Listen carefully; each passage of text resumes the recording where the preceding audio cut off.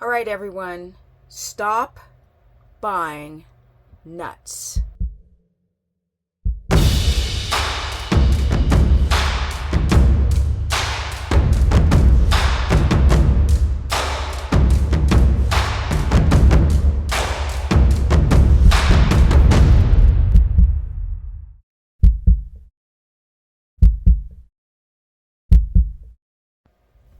All right, my beautiful people, let's get into the subject of nuts on a ketogenic or carnivore or even a standard American diet. In the beginning of my keto transformation, I didn't know what I was doing. I was eating jars of coconut oil, MCT oil, butter, right? But a lot of almond butter because I didn't know better. And I was having severe histamine reactions. I was crashing, but of course I wasn't pinpointing the almond butter because when I first started, there wasn't any information on how to be ketotic. The discovery of how nuts affected people's health came about when I was working with a client and we had eliminated everything but the nut butters, and she was still reacting or reactive. So I said, why don't we take out the nuts out of your diet and see if you feel better? And boom, she felt amazing. And that was my first clue on the problems with nuts, but this is very, very long ago. Well, we got your walnuts and cashews and Brazil nuts and walnuts and almonds and what else? Macadamia nuts, hazel, peanuts, but they're more legumes, pine nuts, chestnuts. All of these nuts, unfortunately, have phytic acid in them, but they have different levels of phytic acid. Most of them have a lot. The one that doesn't is your macadamia nuts, and we'll go more into that. What is the problem with the nuts? Well, they have phytic acid in them. You see, nuts are designed, well, they're baby plants, let's put it that way. And in nature, you want to protect the baby. Nuts have shells for a reason. They don't want to be eaten. They don't have teeth or claws to protect themselves. So over the evolution of time, they have developed a compound called phytic acid. And this stuff is gnarly. Inositol hexic phosphate, or P6. That's the nastiness in nuts. It is so bad for humans that when people are going through life and they're having low iron or low zinc or low magnesium or even calcium, most people can't pinpoint why they're low in these minerals. They think they're having a healthy diet because they're eating gobs and gobs and gobs of nuts and mixed nuts and almonds, especially the almonds. Don't even get me started. And without the manipulation of these almonds, it's pretty toxic. There's a compound called amara in almonds. It gives it its bitter taste. High amounts of it, it's pretty toxic. Yes, without the genetic modification, you have this sort of cyanide or amygdalin in the nut, and it's depriving the cells of oxygen. Now, I mean, that's why we hybridize and cross-breed and selectively breed these nuts to have less of these anti-nutrients in them. But still, people who are very sensitive to these plant compounds will feel terrible. You also have to factor in the mycotoxins. So that is mold. Grows very, very easy on the nut once it's cultivated. People are having histamine responses and bloated and just feeling mucousy, itchy on almonds, poor sleep, heart palpitations, headaches, skin issues, and they would never ever put the two together.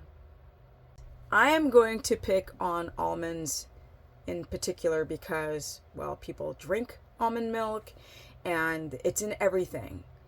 Almonds are literally loaded in oxalates or oxalic acid.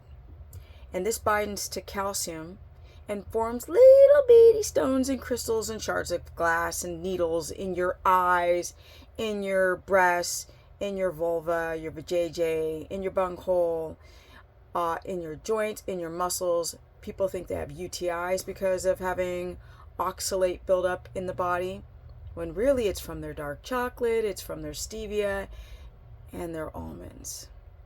I mean, spinach, of course, but the almonds.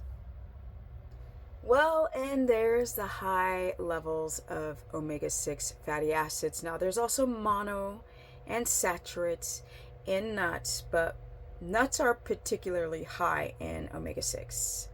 And if you're eating gobs and gobs and gobs of nuts, besides the phytic acid that's demineralizing you and the oxalic acid, we are dealing with the inflammatory responses from eating nuts. So you might have joint pain, poor sleep, redness in the face, agitation around the nose and eyes. And actually, if you're too high in omega-6, it has a hard time with your body having clotting factors. So this is a problem for your heart. I mean, it's not just going to be coming from nuts, but it's just like one more layer. And the main thing that I see happening to people who are eating nuts is high blood sugar because of the carbohydrate count and because of the histamine. Not worth it. Stop eating nuts. The one nut that I recommend is, and the only nut that I kind of quasi recommend, is macadamia nuts. They're very, very high in mono unsaturated fats rather than the polys. And they're delicious. But the problem is, and they're very low mycotoxin. But the problem is, for some reason, women are gaining weight eating macadamia nuts. So that's up to you. I don't necessarily recommend it, but if I did have to recommend one nut, it would only be macadamia nuts. That leaves us Brazil nuts. I do not recommend Brazil nuts whatsoever because you're still having the phytic acid problem and the mycotoxins of mold. Yeah. People are often recommended to consume Brazil nuts because they're high in selenium, which you need for the thyroid. But I don't recommend Brazil nuts when you can get selenium from liver or shellfish like oysters. The thing about your thyroid and needing iodine and selenium, a lot of you guys are running towards the iodine drops or the iodine from Lugos, and then a naturopathic doctor will suggest the nut. This is the worst, awful combination.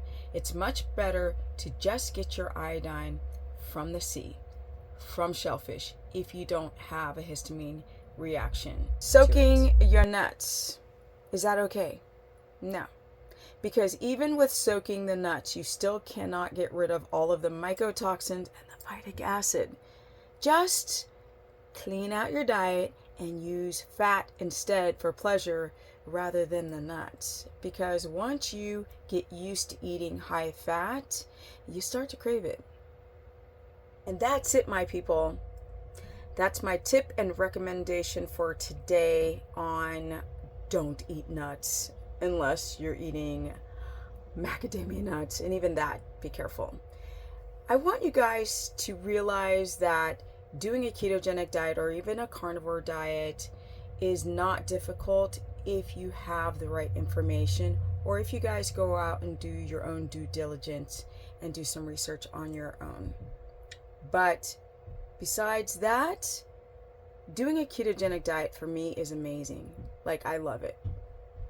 I've been doing it for a very, very long time. Okay, guys, if you need a consultation, go to stephanieperson.com. My ass has been doing this a long time. I'm 55, going on 56.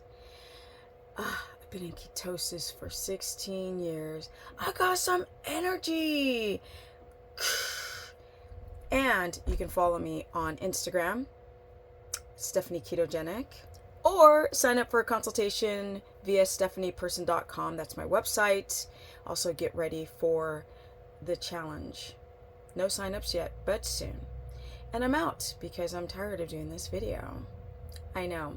I got the donkeys outside, munching on some wood, and it's distracting me a lot. But life is good. Stay connected. Peace.